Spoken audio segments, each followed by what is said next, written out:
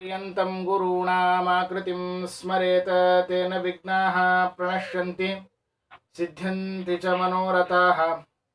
आपादमौलिपर्यन्तं गुरूणामाकृतिं स्मरेत तेन विघ्नाः प्रणश्यन्ति सिद्ध्यन्ति च मनोरथाः।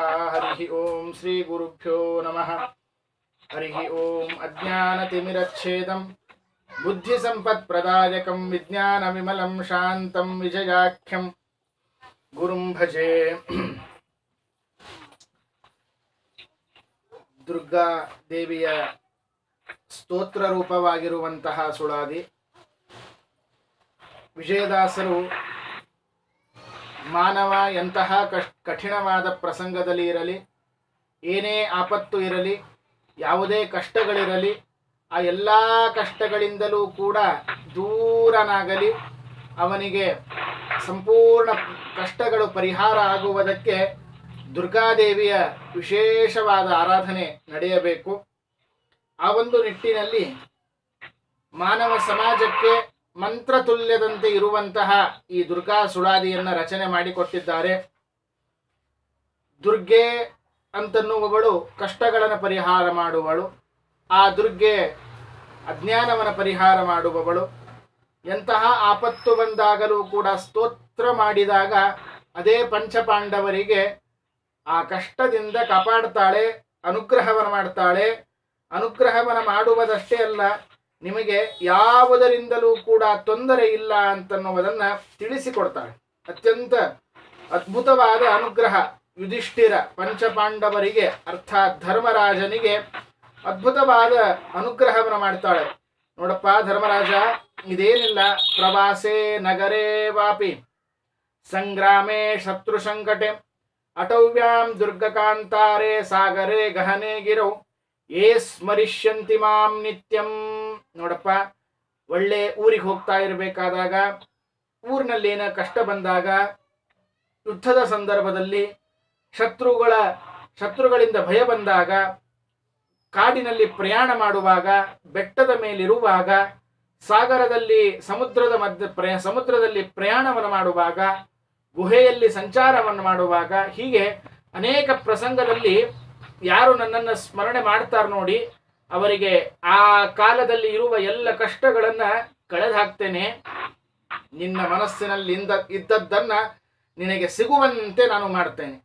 ಈಗ ನಿನಗೆ ಬೇಕಾದದ್ದೇನು, ಧರ್ಮರಾಜನಿಗೆ ಇಷ್ಟವಾದದ್ದೇನು, ಸುಳಾದಿ ಮಹಾಭಾರತದ ವಿರಾಟ ಪರ್ವದಲ್ಲಿ ದುರ್ಗಾದೇವಿಯನ್ನು ಸ್ತೋತ್ರವನ್ನು ಮಾಡಿದಾಗ ಆಗ ಏನು ಬೇಕಾಗಿತ್ತು ಅಂದರೆ, ವಿರಾಟ ನಗರದಲ್ಲಿ ಪಂಚಪಾಂಡವರನ್ನ ಗುರುತು ಯಾರೂ ಹಿಡಿಬಾರದು ಅಂತಿತ್ತು. ಹೀಗಾಗಿ ಅವಶ್ಯವಾಗಿ ಯಾರು ಗುರುತು ಹಿಡಿಯೋದಿಲ್ಲ, ನಿನ್ನನ್ನು ಕೊನೆಗೆ ಯುದ್ಧದಲ್ಲಿ ನಿನಗೆ ಜಯವಾಗಲಿ ಅಂತ ದುರ್ಗೆ ಅನುಗ್ರಹವನ್ನು ಮಾಡ್ತಾಳೆ.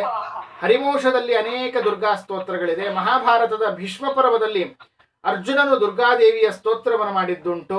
ಹೀಗೆ ಆ ತಾಯಿ ಮಹಾತಾಯಿ ಎಲ್ಲರಿಂದಲೂ ಸ್ತೋತ್ರವನ್ನು ಮಾಡಿಸಿಕೊಂಡಿದ್ದಾಳೆ. ಅದರೆಲ್ಲದರ ಸಾರ ಸಂಗ್ರಹ ರೂಪವಾಗಿ ವಿಜಯದಾಸರು ನಮಗೆ ಸುಲಭವಾಗಿ ಪಠಣ ಮಾಡಲಿಕ್ಕೆ ಬರಬೇಕು.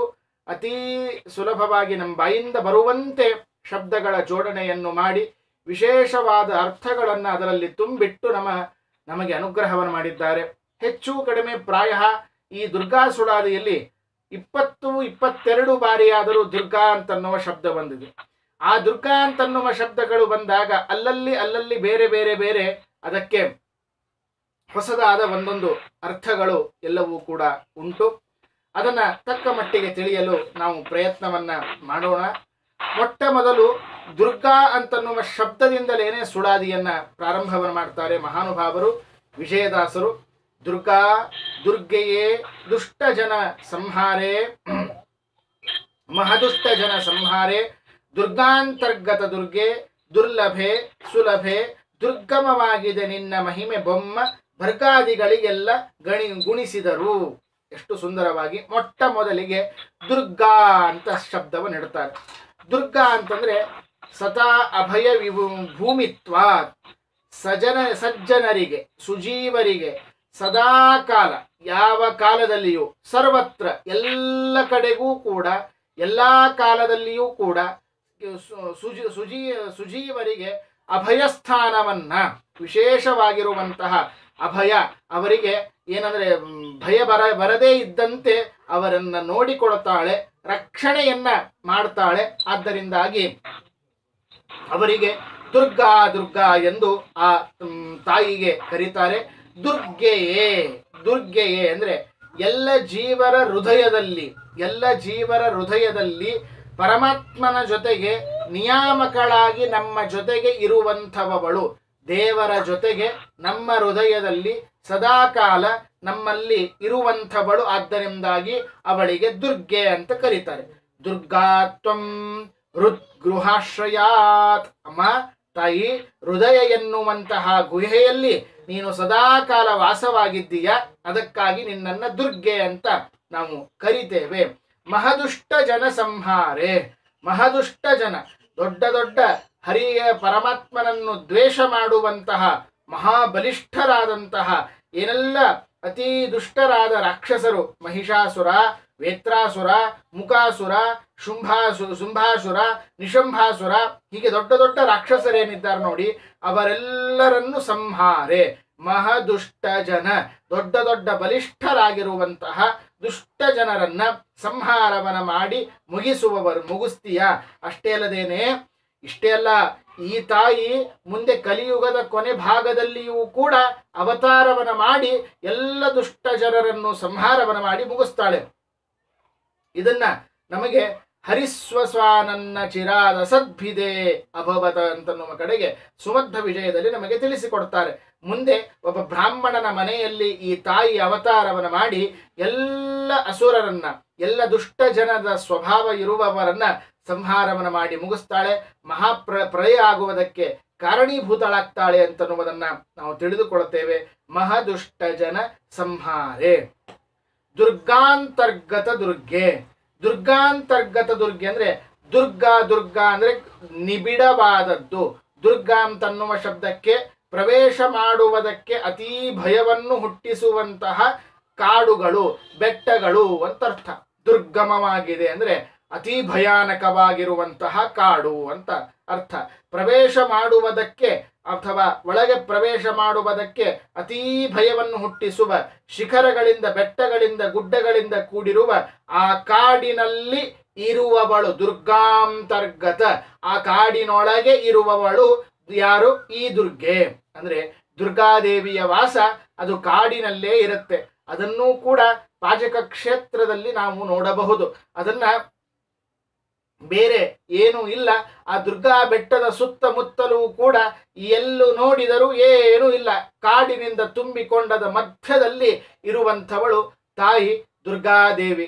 ಅದನ್ನ ಹಿಂದೆ ಹೀಗೆ ಈ ಅವಸ್ಥೆಗೆ ಎಲ್ಲ ಅನುಕೂಲ ಇರುವಂತಹ ಪ್ರಸಂಗದಲ್ಲಿ ಈಗ ಇಷ್ಟು ಭಯ ಬರ್ತಾ ಇರಬೇಕಾದಾಗ ಆನಂದ ತೀರ್ಥ ಭಗವತ್ಪಾದಾಚಾರ್ಯರು ಅವತಾರ ಮಾಡಿರುವಂತಹ ಕಾಲದಲ್ಲಿ 800 ವರ್ಷದ ಹಿಂದೆ ಇನ್ನೆಷ್ಟು ಭಯವನ್ನು ಹುಟ್ಟಿಸುವ ಹಾಗೆ ಇತ್ತು ಆ ಸ್ಥಳ, ಆ ಪ್ರದೇಶ, ಹೇಳಿ ನೋಡೋಣ. ಅಂತಹ ದುರ್ಗಮವಾಗಿರುವಂತಹ ಆ ಪ್ರದೇಶದಲ್ಲಿ ಅದರಲ್ಲಿ ಇರುವಂಥವಳು ತಾಯಿ. ಆದ್ದರಿಂದಾಗಿ ದುರ್ಗಾಂತರ್ಗತ ದುರ್ಗೆ. ದುರ್ಲಭೆ. ದುರ್ಲಭೆ ಅಂದ್ರೆ ಈ ದುರ್ಗಾದೇವಿಯನ್ನ, ಲಕ್ಷ್ಮೀ ದೇವಿಯನ್ನ, ಅವಳನ್ನ ಹೊಂದೋದು, ಅವಳನ್ನ ತಿಳಿಯೋದು ಅತಿ ಅಸಾಧ್ಯ, ದುರ್ಲಭ. ಎಲ್ಲರಿಗೂ ಅಂತಿಲ್ಲ, ಕೆಲವರಿಗೆ ಮಾತ್ರ.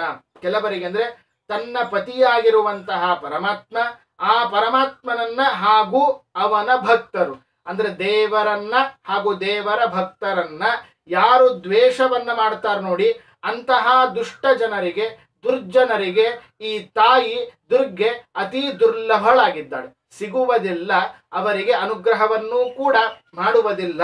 ಅದನ್ನ ತಿಳಿಸಿಕೊಡ್ತಾರೆ.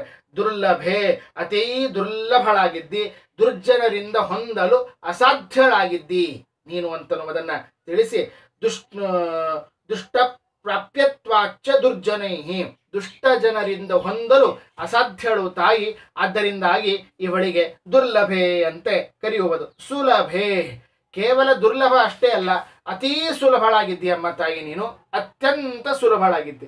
ಹೇಗೆ ಅಂತಂದರೆ, ನೀನು ನಿನ್ನನ್ನು ನಿನ್ನ ಮೇಲೆ ಭಕ್ತಿಯನ್ನು ಮಾಡುವ, ನಿನ್ನ ಗಂಡನ ಮೇಲೆ ಅರ್ಥಾತ್ ಪರಮಾತ್ಮನ ಮೇಲೆ ಭಕ್ತಿಯನ್ನು ಮಾಡುವಂತಹ ಏನೆಲ್ಲ ಸಜ್ಜನರಿದ್ದಾರಲ್ಲ, ಆ ಸಜ್ಜನರಿಗೆ ಅನುಗ್ರಹವನ್ನು ಮಾಡುವುದಕ್ಕೆ, ಹರಿಭಕ್ತರಿಗೆ ನೀನು ಅತೀ ಸುಲಭವಾಗಿ ದರ್ಶನವನ್ನು ಕೊಟ್ಟು ಅವರ ಜೊತೆಗೆ ಆಟವನ್ನಾಡ್ತೀಯ. ಇದನ್ನ ಶ್ರೀಮದಾನಂದ ತೀರ್ಥ ಭಗವತ್ಪಾದಾಚಾರ್ಯರ ಜೀವನ ಚರಿತ್ರೆಯಲ್ಲಿ ನಾವು ಕಾಣ್ತೇವೆ. ಶ್ರೀಮದ್ ಆಚಾರ್ಯರು 2 ವರ್ಷದ ಹಸು ಗೂಸಿದ್ದಾಗ, ಬಾಲಕನಾಗಿರುವಾಗ ಅದನ್ನ ಆಚಾರ್ಯರು ದುರ್ಗಾ ಬೆಟ್ಟಕ್ಕೆ ಹೋಗಿ ತಾಯಿಯಾಗಿರುವಂತಹ ದುರ್ಗಾದೇವಿಯ ಜೊತೆಗೆ ಆಟ ಆಡಿ ಬರುವರು. ಆದರೆ ಯಾರಿಗೆ ದುರ್ಲಭ? ದುಷ್ಟ ಜನರಿಗೆ. ಆದರೆ ಭಕ್ತರಲ್ಲಿ ಅಗ್ರಗಣ್ಯರಾಗಿರುವಂತಹ ಮಧ್ವಾಚಾರ್ಯರ ಜೊತೆಗೆ ಆಟ ಆಡುವುದಕ್ಕೂ ತಾಯಿ ಇಳಿದು ಬರ್ತಾಳೆ. ಭಕ್ತರಿಗೆ ಕಣ್ಣಿನಿಂದ ಕಂಡು ಅವರಿಗೆ ಬಂದ ಕಷ್ಟಗಳನ್ನೆಲ್ಲವೂ ಕೂಡ ಪರಿಹಾರವನ್ನು ಮಾಡ್ತಾಳೆ. ಆದ್ದರಿಂದಾಗಿ ಸುಲಭೆ, ಹರಿಭಕ್ತರಿಗೆ ಅತೀ ಸುಲಭವಾಗಿ ಅನುಗ್ರಹವನ್ನು ಮಾಡುವಂತಹ ಮಹಾತಾಯಿ. ದುರ್ಗಮವಾಗಿದೆ ನಿನ್ನ ಮಹಿಮೆ. ದುರ್ಗಮ, ತಿಳಿಯಲು ಅಸಾಧ್ಯ. ಚಿಂತನೆ ಮಾಡಲು ಹೊರಟರೆ ತಿಳಿಯೋದೇ ಇಲ್ಲ. ದುರ್ಗಮವಾಗಿರುವಂತಹದ್ದು ನಿನ್ನ ಮಹಿಮೆ. ಅಂದ್ರೆ ನಮ್ಮಂತಹ ಸಾಮಾನ್ಯರಲ್ಲ, ಯಾರು ಬೊಮ್ಮ ಭರ್ಗಾದಿಗಳಿಗೆ.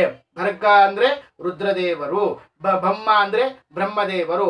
ಬೊಮ್ಮ ಬ್ರಹ್ಮದೇವರು, ಭರ್ಗ ರುದ್ರದೇವರು, ಇವರೇ ಮೊದಲಾಗಿರತಕ್ಕಂತಹ ಇಂದ್ರ, ಕುಬೇರ, ಅಗ್ನಿ, ಅಷ್ಟದಿಕ್ಪಾಲಕರು ಎಲ್ಲ ದೇವತೆಗಳಿಗೂ ಕೂಡ ಗುಣಿಸಿದರು ಎಷ್ಟು ತಿಳಿತಾ ಹೋಗ್ತಾರೆ. ಡಬಲ್ ಆಗ್ತಾನೆ ಹೋಗುತ್ತೆ, ಹೆಚ್ಚಾಗ್ತಾನೆ ಹೋಗುತ್ತೆ ಹೊರತು ನಿನ್ನ ಮಹಿಮೆಯನ್ನ ಬ್ರಹ್ಮದೇವರಿಂದಾಗಲಿ ರುದ್ರಾದಿಗಳಿಂದಾಗಲಿ ಯಾರಿಂದಲೂ ಕೂಡ ತಿಳಿಯಲು ಆಗಿಲ್ಲ.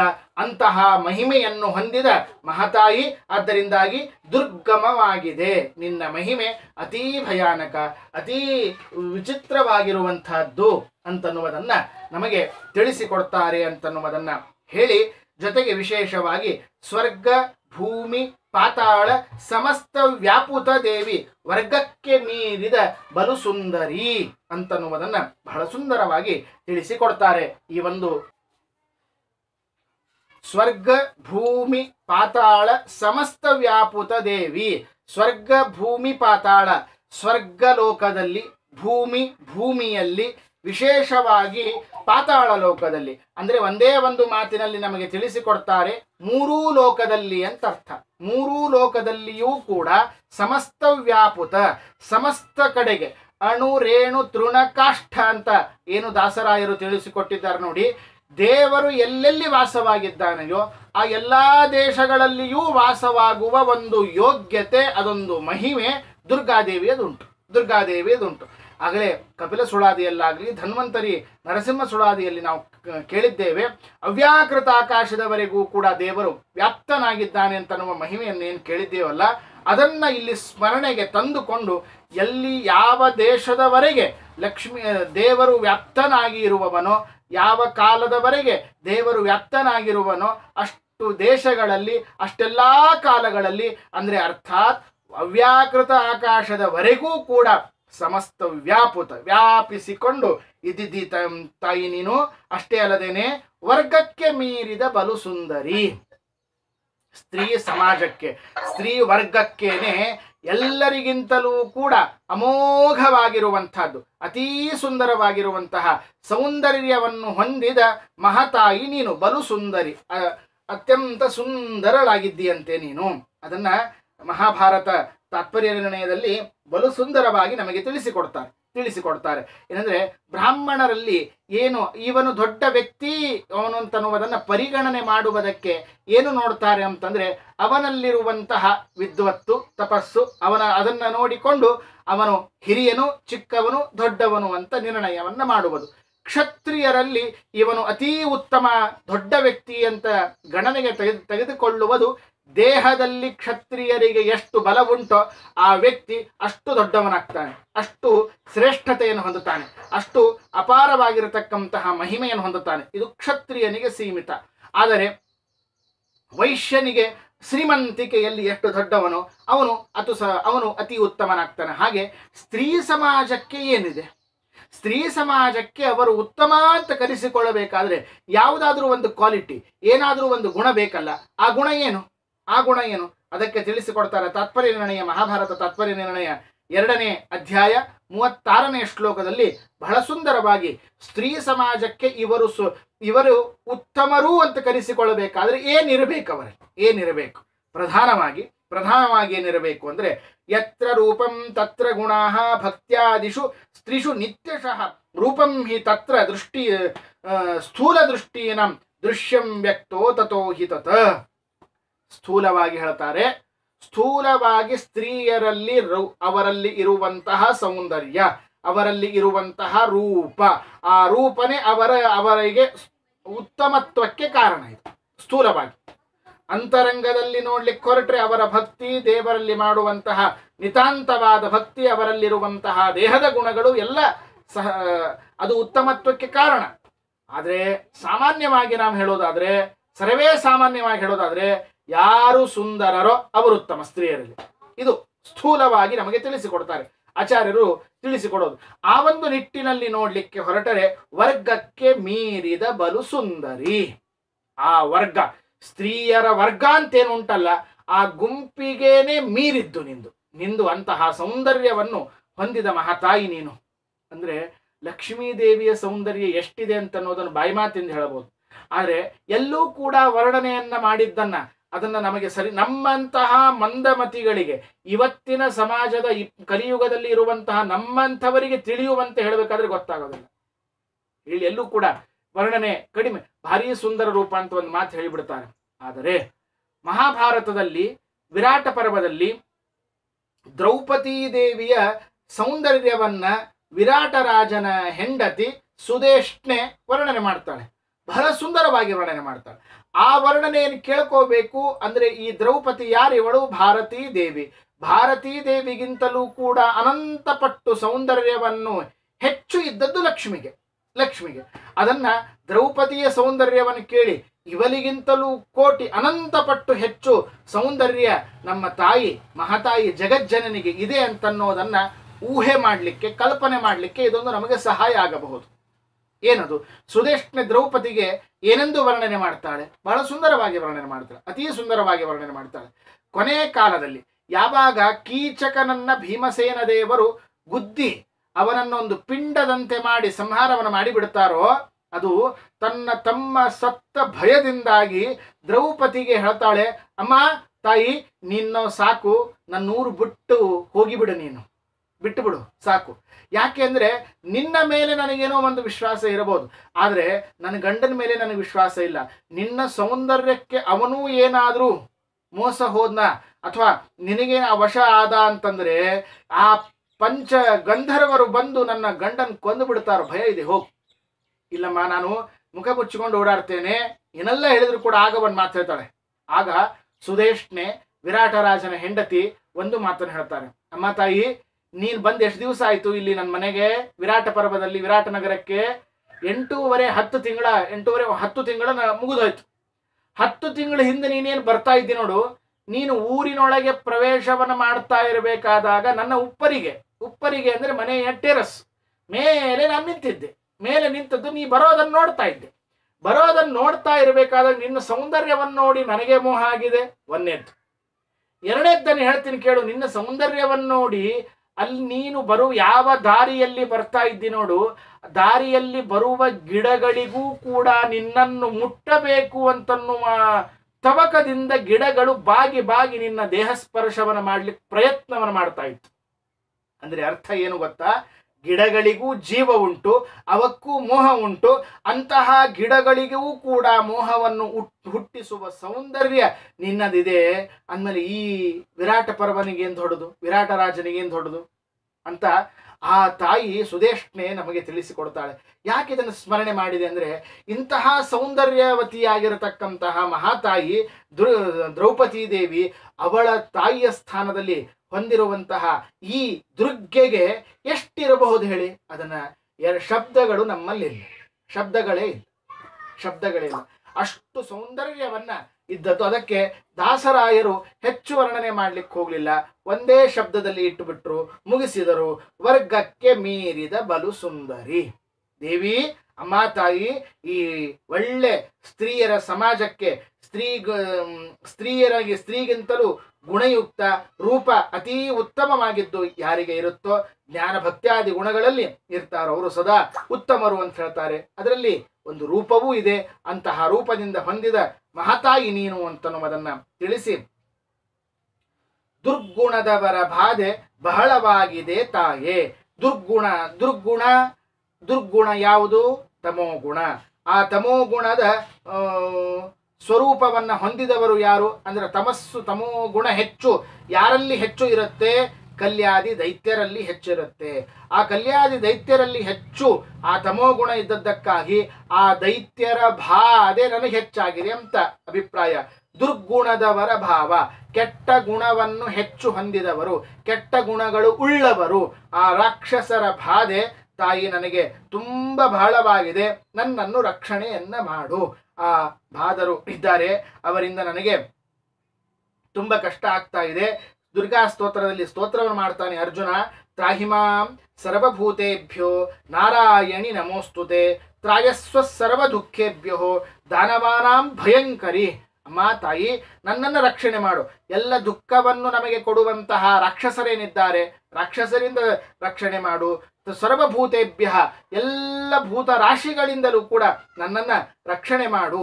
ತ್ರಾಹಿಮಾಂ ಅಂತ ದುರ್ಗೆಗೆ ಸ್ತೋತ್ರವನ್ನು ಮಾಡ್ತಾರೆ. ಅದರ ಸಾರವನ್ನ ತಂದಿಟ್ರು.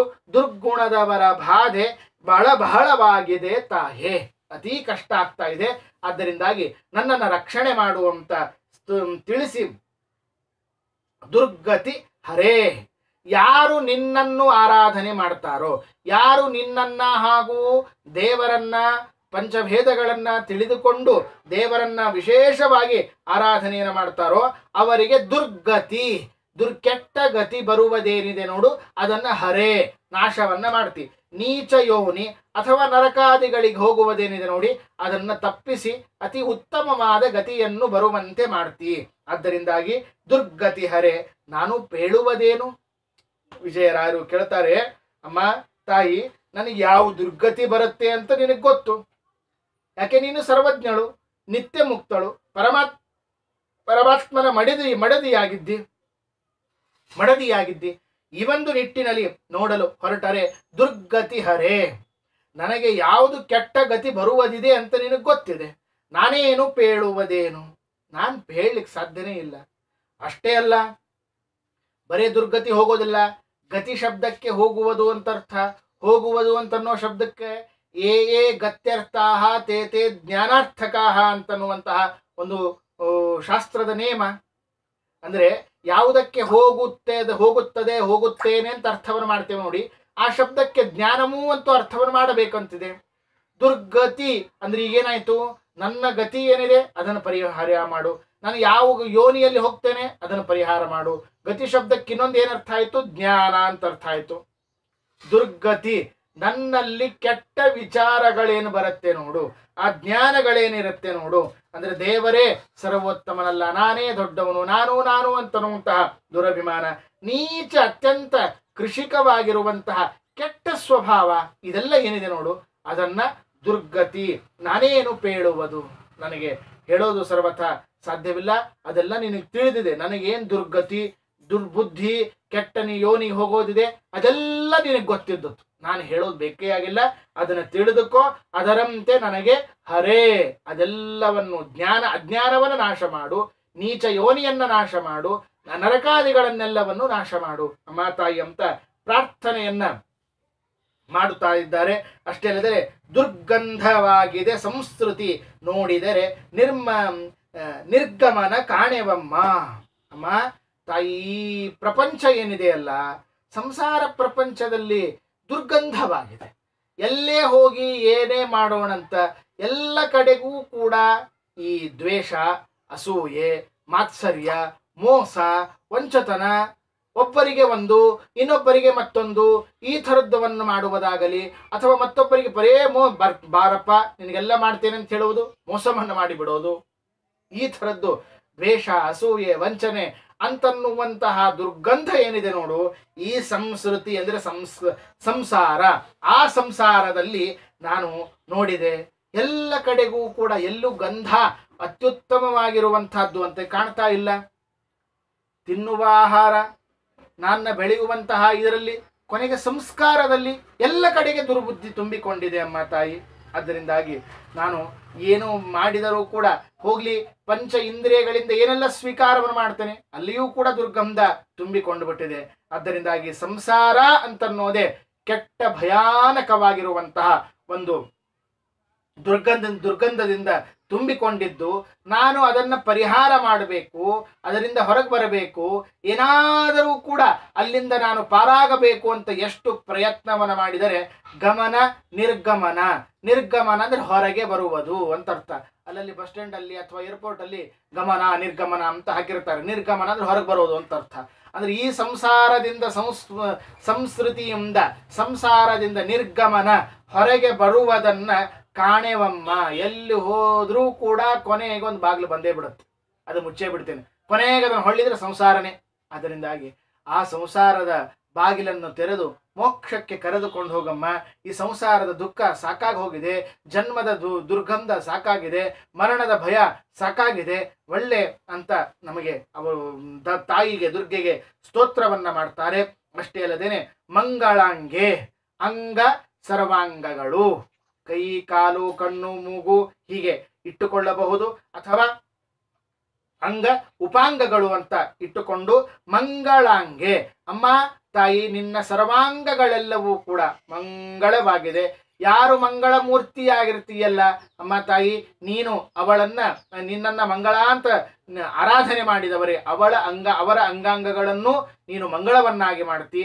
ಅಂದ್ರೆ ಏನರ್ಥ ಅಂತಂದ್ರೆ, ನಾವು ಕಣ್ಣನ್ನ ನಮ್ಮ ಅಂಗಾಂಗ, ಕೈ ಬಾಯಿ ಕಣ್ಣು ಮೂಗು ಇವೆಲ್ಲ ಅಂಗಾಂಗಗಳು, ಈ ಅಂಗಾಂಗಗಳನ್ನ ಮಂಗಳವನ್ನಾಗಿ ಮಾಡ್ತಿ. ಯಾವಾಗ ಮಂಗಳವಾದ ನಿನ್ನ ಸ್ವರೂಪ, ಮಂಗಳವಾಗಿರುವಂತಹ ನಿನ್ನ ಆ ಸೌಂದರ್ಯವನ್ನ, ಮಂಗಳವಾದ ನಿನ್ನ ಆ ದೃಷ್ಟಿಯಿಂದ ನನ್ನನ್ನು ನೋಡಿದರೆ ನಾವು ಮಂಗಳ ಸ್ವರೂಪಳಾಗ್ತೇವೆ. ಅದರಿಂದಾಗಿ ಮಂಗಳಾಂಗೆ, ದುರ್ಗಾದೇವಿಯ ಯಾವ ಯಾವ ಅಂಗ ಉಪಾಂಗಗಳನ್ನ ಭಕ್ತಿಯಿಂದ ಸ್ಮರಣೆ ಮಾಡಿದರೆ ಭಕ್ತಿಯ ಸಮೂಹಕ್ಕೆ ಅದನ್ನ ಎಲ್ಲವನ್ನೂ ನಮ್ಮನ್ನ ಮಂಗಳವನ್ನಾಗಿ ಮಾಡ್ತಾಳೆ ತಾಯಿ. ಆದ್ದರಿಂದಾಗಿ ಅಂತ ತಿಳಿಸಿ, ಅಷ್ಟೇ ಅಲ್ಲದೇನೆ ದುರ್ಗೆ, ಹೇ ದುರ್ಗೆ, ಮಹಾದುರ್ಗೆ, ಭೂದುರ್ಗೆ, ವಿಷ್ಣು ದುರ್ಗೆ, ದುರ್ಗಾದೇವಿಯನ್ನ ಸ್ತೋತ್ರ ಮಾಡ್ತಾರೆ. ಇದನ್ನ ವಿಶೇಷವಾಗಿ ತೀರ್ಥ ಪ್ರಬಂಧದಲ್ಲಿ ಮಹಾನುಭಾವರಾದ ನಮ್ಮ ವಾದಿರಾಜ ಗುರು ಸಾರ್ವಭೌಮರು ದುರ್ಗಾದೇವಿಯನ್ನ ಸ್ತೋತ್ರವನ್ನು ಮಾಡ್ತಾ ಇರಬೇಕಾದಾಗ ಹೇಳ್ತಾರೆ, ಪ್ರಳಯೇ ಜಲದುರ್ಗಾಸಿ ಸ್ವರ್ಗಾದೋ ಗಿರಿ ವಿಸ್ಮೃತಃ ಇದಾನೀಂ ಸ್ಥಳ ದುರ್ಗಾಸಿ ದುರ್ಗಾತ್ವಂ ಸದ್ಗುಣಾರ್ಣಮೇ ಅಂತಂದ್ರೆ, ದುರ್ಗಾ ಶಬ್ದಕ್ಕೆ ಅನೇಕ ಅರ್ಥಗಳನ್ನು ನಮಗೆ ತಿಳಿಸಿಕೊಡ್ತಾರೆ. ಅಲ್ಲಿ ತಿಳಿಸ್ತಾ ಇರಬೇಕಾದಾಗ, ಅಮ್ಮ ತಾಯಿ ನೀನು ವಿಷ್ಣು ದುರ್ಗೆ, ಪರಮಾತ್ಮನ ಪತ್ನಿಯಾದದ್ದಕ್ಕಾಗಿ ನೀನೇನಾದಿ ವಿಷ್ಣು ದುರ್ಗೆಯಾದಿ. ಭೂದುರ್ಗೆ, ನೀನು ಭೂಮಿಯ ರೂಪದಲ್ಲಿ ಇದ್ದದ್ದಕ್ಕಾಗಿ ನೀನು ಅಮ್ಮ ತಾಯಿ ಭೂದುರ್ಗೆ ಅಂತ ಕರೆಸಿಕೊಟ್ಟಿ.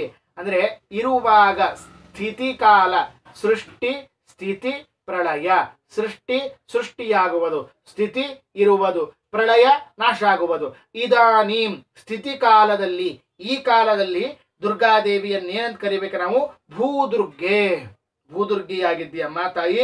ಹೇ ದುರ್ಗೆ, ನೀನು ಅಷ್ಟೇ ಅಲ್ಲದೇನೆ ಮಹಾದುರ್ಗೆಯಾಗಿದ್ದಿ. ಮಹಾದುರ್ಗೆ ಅಂದ್ರೆ ಪರ್ವತಾದಿಗಳಿಂದ ಗಿರಿದುರ್ಗಳಾಗಿದ್ದಿ, ಜಲದುರ್ಗಳಾಗಿದ್ದಿ. ಹೀಗೆ ಅನೇಕ ದುರ್ಗಾವತಾರವನ್ನು ಹೊಂದಿದ ಮಹಾತಾಯಿ ನೀನು ಅಂತನ್ನುವುದನ್ನ ನಮಗೆ ತಿಳಿಸಿಕೊಡ್ತಾರೆ. ಈ ರೀತಿಯಾಗಿ ದುರ್ಗಾ ಶಬ್ದಕ್ಕೆ ಅನೇಕ ಅರ್ಥಗಳು, ಅನೇಕ ಅನುಸಂಧಾನವನ್ನು ಮಾಡ್ಲಿಕ್ಕೆ ಬರುತ್ತೆ. ಆದ್ದರಿಂದಾಗ ಅಂತಹ ರೂಪವನ್ನ ನಾವು ಭೂದುರ್ಗೆ, ವಿಷ್ಣು ದುರ್ಗೆ, ಜಲದುರ್ಗ, ಗಿರಿದುರ್ಗ ಹೀಗೆ ನಾನಾ ಹೆಸರಿನಿಂದ ಅವಳನ್ನ ಕರೆಯಬೇಕು. ಅದನ್ನು ತಿಳಿದುಕೊಂಡ್ರೆ ಯಾವ ವಿಧವಾಗಿರತಕ್ಕಂತಹ ನಮಗೆ ಭಯಗಳಿಂದ ಪರಿಹಾರವನ್ನು ಮಾಡ್ತಾಳೆ. ಇಲ್ಲಿ ಒಂದು ಮಾತು ಇದೆ, ದುರ್ಗೆ, ಹೇ ದುರ್ಗೆ, ಮಹಾದುರ್ಗೆ, ಭೂದುರ್ಗೆ. ದುರ್ಗಾ ಅಂತನ್ನೋದನ್ನ ಒಂದೇ ವಾಕ್ಯದಲ್ಲಿ 5-6 ಬಾರಿ ಹಾಡಿದ್ರು. ಯಾಕಿಷ್ಟು ಒಂದ್ಸರ್ತೆ ಹೇಳಿದ್ರೆ ಸಾಕಾಗ್ತಿತ್ತಲ್ಲ ಅಂತಂದ್ರೆ, ಅದಕ್ಕಾಗಿ ಶಾಸ್ತ್ರದ ರೀತಿಯಲ್ಲಿ ಹೇಳುವುದಾದ್ರೆ ಸ್ತುತಿ ರೂಪ ಎಲ್ಲಿ ಸ್ತೋತ್ರ ಮಾಡುವುದಿರುತ್ತೆ ನೋಡಿ, ಅಲ್ಲಿ ಒಂದು ಬಿಟ್ಟು ಎರಡನೇ ಬಾರಿ ಹೇಳಿದ್ರೆ ಯಾವ ತಪ್ಪುಗಳು ಇಲ್ಲ. ಆದ್ದರಿಂದಾಗಿ ಅವಶ್ಯವಾಗಿ ಒಂದು ಬಿಟ್ಟು 2 ಬಾರಿ ಅವಶ್ಯವಾಗಿ ಸ್ತೋತ್ರ ಮಾಡಲು ಬರುತ್ತೆ. ಆದ್ದರಿಂದ ಇದೊಂದು ಸುಳಾದಿ ಸ್ತುತಿರೂಪವಾದದ್ದು. ಸ್ತುತಿರೂಪವಾದದ್ದಕ್ಕಾಗಿ ದುರ್ಗೆ ಹೇ ದುರ್ಗೆ ಮಹಾದುರ್ಗೆ ಅಂತ ತಾಯಿಯನ್ನ ಸ್ತೋತ್ರ ಮಾಡಿದ್ದೇನುಂಟಲ್ಲ, ಅದು ಸರಿಯಾದ ಕ್ರಮವಾಗಿದೆ ಅಂತನ್ನುವುದನ್ನ ನಮಗೆ ತಿಳಿಸಿಕೊಡ್ತಾರೆ. ದುರ್ಜಯೇ, ಯಾರೂ ಕೂಡ ನಿನ್ನನ್ನ ಗೆಲ್ಲಲು ಸಾಧ್ಯವಿಲ್ಲ. ನೀನು ಯಾರಿಂದಲೂ ಕೂಡ ಸೋಲು ಅಂತನೋ ನಿನಗೆ ಸರ್ವಥಾ ಸಾಧ್ಯವಿಲ್ಲ. ನಿನ್ನನ್ನು ಗೆಲ್ಲಲು ಯಾರಿಂದಲೂ ಸಾಧ್ಯವಿಲ್ಲದೆ ಇದ್ದದ್ದಕ್ಕಾಗಿ ನಿನಗೇನಂತ ಕರೀತಾರೆ, ದುರ್ಜಯೇ ಅಂತ ನಿನ್ನನ್ನು ಸ್ತೋತ್ರವನ್ನು ಮಾಡ್ತಾರೆ. ಅಂತಹ ಮಹಾತಾಯಿಯ ಒಂದು ಏನು ಅನುಗ್ರಹ ನಮ್ಮ ಮೇಲಾಗಬೇಕು, ಜೊತೆಗೆ ಎಲ್ಲ ವಿಧವಾಗಿರತಕ್ಕಂತಹ ಕಷ್ಟಗಳು ಕೂಡ ಪರಿಹಾರ ಆಗಬೇಕು ಅಂತ ಹೇಳುತ್ತೇನೆ. ಮುಂದಿನ ಭಾಗವನ್ನ ನಾಳಿನ ದಿವಸ ಕೇಳೋಣ ಅಂತ ಹೇಳುತ್ತಾ, ಅನೇನ ಭಾವಿ ಯತ್ ಪುಣ್ಯಂ ಅವಾಪ್ನೋತು ಗುರುರ್ಮಮ. ಶ್ರೀಕೃಷ್ಣಾರ್ಪಣಮಸ್ತು.